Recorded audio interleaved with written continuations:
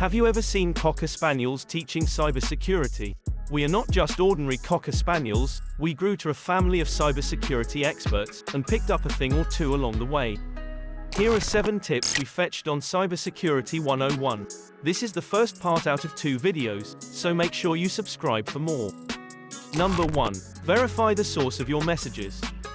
Verifying where the message came from could keep you from being tricked by fake or misleading websites.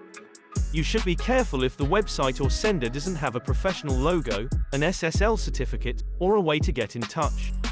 It's also helpful to find reviews that say the site is trustworthy.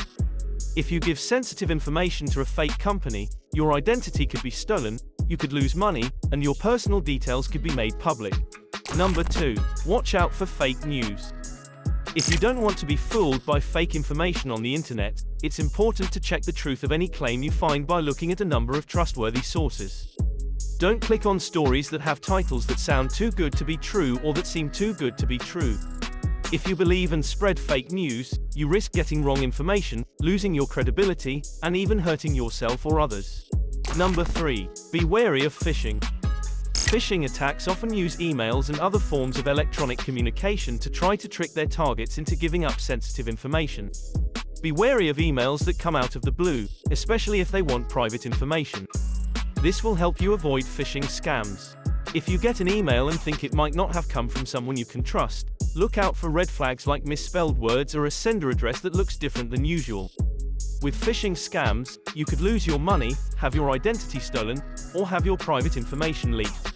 Have you ever got a suspicious email like this? Tell us in the comments. Number 4. Use two-factor authentication. In a system with two-factor authentication, you need a second piece of information, like a code sent to your phone, to log into your account. Even if hackers get your password, it will be much harder for them to get to your information this way. If you don't use two-factor authentication, you leave yourself open to security flaws and the risk of having sensitive data stolen. Number 5. Sniff around before giving personal details.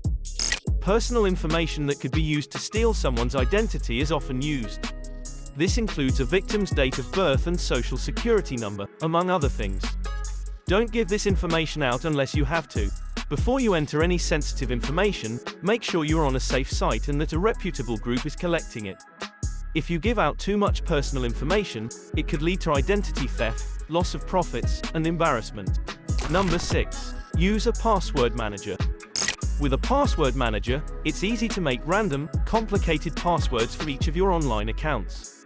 This makes it less likely that security will be broken, since a hacker with only one password won't be able to get into multiple accounts.